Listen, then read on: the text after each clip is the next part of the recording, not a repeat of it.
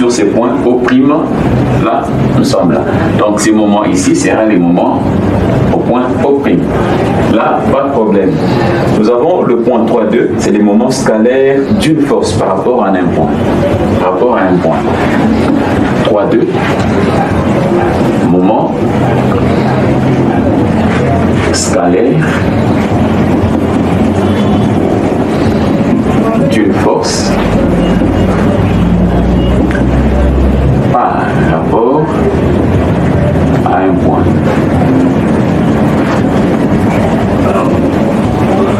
Voilà. Nous avons le moment scalaire d'une force par rapport à un point. Alors, ces moments, c'est notre M. Au point O, par exemple, la force, c'est de cette manière que ça se note. On nous dit les moments de la force F par rapport au point O, comme la figure le montre. Sa valeur se calcule à partir de la formule suivante. La valeur de ces moments scalaires se calcule à partir de la formule suivante. M O, au moins au point O de la force F égale plus ou moins et la force. En fait, c'est le produit scalaire de la distance. La distance comme étant un vecteur, la force comme étant un vecteur. Les deux, le produit scalaire de deux nous donne le moment au point O de la force F. Donc je crois la force comme étant vecteur, la force aura ses composantes.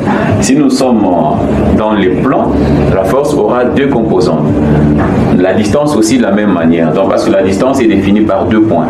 Les deux points qui auront deux coordonnées par exemple en abscisse et en ordonnée. Donc vous faites le produit scalaire de ces deux et nous allons trouver les moments scalaires d'une force par rapport à un point. Je crois qu'il y a des exercices d'application qui vont suivre notre partie pour très bien comprendre la matière. Alors nous avons deux points. Le premier point ici, on nous dit le moment sera positif parce que ces moments, vous voyez, j'ai fait plus ou moins, les moments peuvent être positifs ou négatifs. Positif ou négatif, ces moments scalaires. Alors, on dit le moment sera positif si les rapports, si par rapport au point de calcul, la force tend à faire tourner le solide dans les sens trigonométriques. Et là, le moment est positif. Donc, si la force tend à tourner les solides dans les sens trigonométriques, le moment est positif. Si c'est dans les sens anti-trigonométriques, les sens contraires que les sens de la trigonométrie, et là, le moment est négatif. Donc, je crois que vous comprenez un peu bien ce que ça veut dire. Les sens trigonométriques, nous avons ça. Nous avons X, Y par exemple, nous avons le premier cadran, deuxième, troisième, quatrième, ce qui fait que le sens trigonométrique, c'est ces sens ici. C'est ces sens ici, vous tournez comme ça. Alors, si vous tournez dans les sens trigonométriques, ces moments scalaires sera positif, c'est ça. Et si vous tournez dans les sens contraires, ces moments scalaires sera négatif. Là, c'est l'essence, le signe en fait de moment scalaire. Je répète bien, le moment scalaire, c'est un moment bien sûr. Ces moments ne sera pas un vecteur, mais seulement c'est un moment qui est créé par la force V qui est vectorielle. La force F qui est un vecteur. Donc vous allez voir les vecteurs force et le vecteur distance, le produit scalaire de deux me donne un scalaire. Un scalaire n'est pas un vecteur. Je crois que vous avez bien appris avec moi la géométrie analytique et vous comprenez un peu ce que c'est le vecteur, un produit vectoriel et un produit scalaire. Donc si c'est un produit scalaire, ce n'est pas un vecteur. Alors, nous avons le point 3. Nous avons aussi les moments vectoriels d'une force par rapport à un point. Là, c'est le contraire maintenant de ça. Les moments vectoriels vectoriel d'une force par rapport à un point.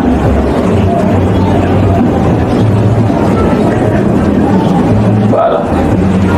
Alors, les moments ici, contrairement à ça, ces moments est représenté d'une manière vectorielle. Ça, c'est un vecteur. Ça sera un vecteur. Vecteur moment. Alors, on aura les moments au point O, dû à la force F. Cette force F est vecteur, mais ces moments sera aussi un vecteur. Je crois qu'on se comprend bien. Le moment en haut sera un vecteur. Ceci sera égal à F vectoriel D. Voilà, je crois là on se comprend très bien. F vectoriel D. Or, la distance, cette distance ici, c'est en fait, je peux dire F comme vecteur, distance comme aussi vecteur. Or, cette distance est définie par 2 points. La distance est définie par 2 points.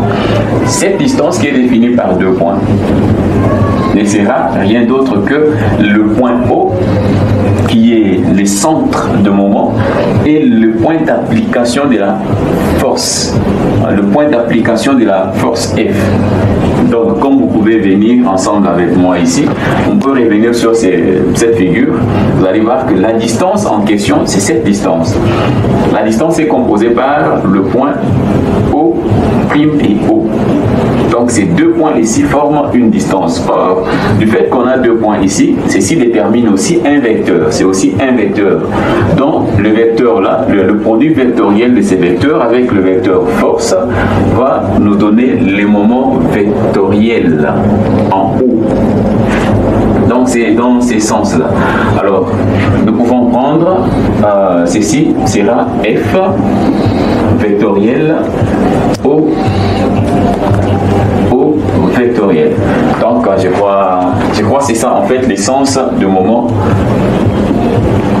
L'essence de moment en haut vectoriel. Donc je peux l'écrire comme ça. M O F égale. Ceci peut être égal à O vectoriel force. Là, c'est notre moment vectoriel. C'est les moments vectoriels.